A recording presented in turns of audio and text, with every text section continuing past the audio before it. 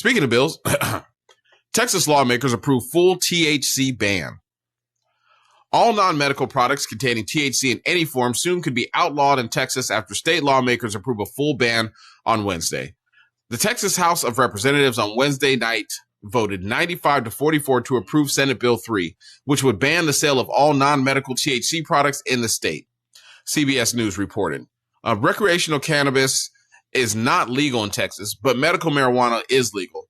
So are hemp-derived products containing no more than 0.3% THC content. Non-medical and hemp-derived products that contain any amount of THC would be banned if Governor Greg Abbott signs the measure into law. The measure, sponsored by Senator Charles Perry, bans the sale of Delta 8, Delta 9, and other forms of THC products, including beverages. This bill also bans the retail of any cannabinoid except for CBD or CBG products.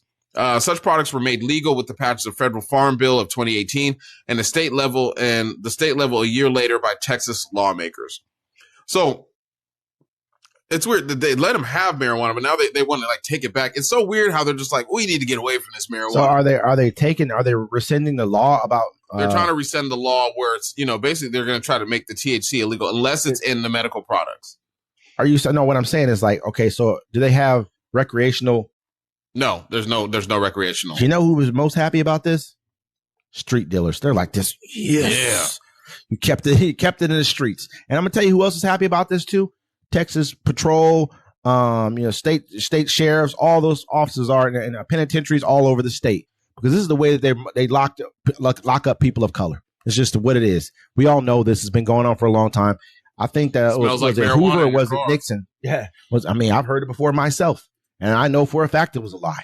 But hey, it doesn't matter, because once they say it, it's golden. You can go sit your dog down by somebody's car, and that's good enough for somebody. But I really think this law it doesn't make sense, and the state knows it. It's not like marijuana is such a gateway drug that it leads to everything else. It doesn't. Caffeine is actually caffeine is a gateway drug.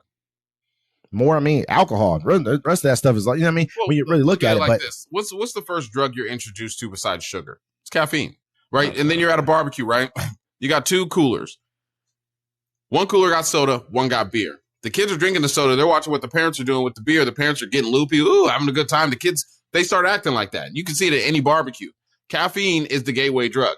You can say it's not marijuana. You know what I'm saying? Caffeine is, you start waking up in the morning. What do you need? Caffeine, right? If you don't get your caffeine, you crazy. You can't even function. When you drink caffeine, stop drinking caffeine for a week. You're going to get headaches. You start having withdrawals. Mm-hmm. It's the first drug you get hooked on. You know what I'm saying? Then you start drinking alcohol. Then alcohol, when you get drunk, you're kind of down to do whatever.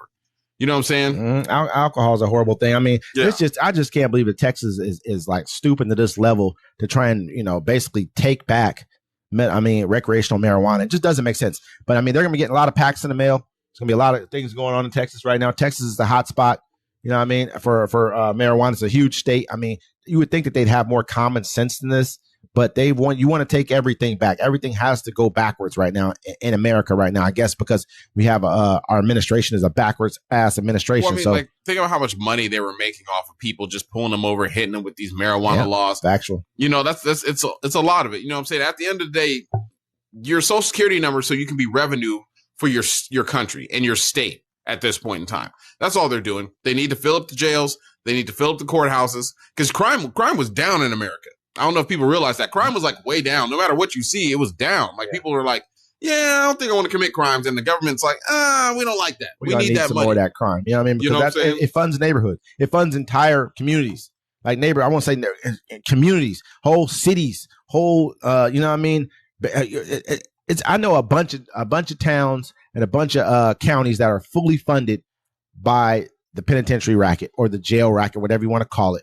There's a lot of them, and they'll keep people coming there because they need that revenue there, or they'll die off. That's like the biggest mill, or or the biggest factory that they have is those penitentiaries. And you look at Texas, they got the penal system. They got them set up down there where you turn you into a slave. Yeah, you down there, you working on the side of the road. Yep. We're gonna go ahead and pimp you out, put you over there to McDonald's and wherever else. We reported on that. They was sending them the job. You're good enough to leave there and go work at Burger King, but you got to stay here. And they're denying the guy. I think he was from Louisiana. He was like, "What am I gonna do when I get rid of all my workers? My best workers, they send them home now and go home and be free. I need them back." This is what he's saying. So imagine what they're saying over in Texas. He said it in the news conference, and everybody's behind him like, don't say that. Don't say that part out loud. You're saying the quiet part out loud. You know what's crazy? They always say, the quiet part has been, they've been saying that out loud for a long time. We're just kind of like, he said some of my best work. He said some of his best workers. Like these people are volunteering to work for them. They don't volunteer to work for you. You're paying them 5 cents an hour,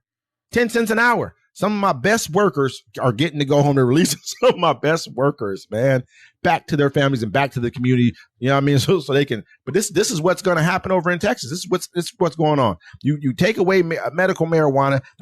Honestly, marijuana for some people is better than like some of the pills they take to calm themselves down. Yeah. To deal with anxiety, deal with a lot of stuff. People take it for when they can't eat because they're sick, maybe from cancer, chemotherapy, whatever else. They take that, they can eat now. And for depression too. And you don't have to take a pill. The only reason marijuana is was made illegal in America is because the lumber industry lobbied against it because they realized that hemp could do everything the lumber industry could do. You can make clothes, you can make paper, pencils, all that stuff with hemp. And the lumber industry was like, it's going to cripple us. Yeah, because you can make it so fast and stuff. It reproduces very quickly. Yeah, it's not like waiting all these years for trees. Yeah, exactly. So, they lobbied, the government or whatever. And that's why marijuana was illegal. And that's why it's a Schedule I drug, or it was a Schedule I. That's the only reason they do it. You know what I'm saying? It's all politics. You know what I'm saying? And Greg Abbott's just a horrible person, bro. He don't want y'all to have nothing in Texas. He is. I agree. He is a horrible person overall. Yeah. Hot Wheels need to go. Hot Wheels, Jesus.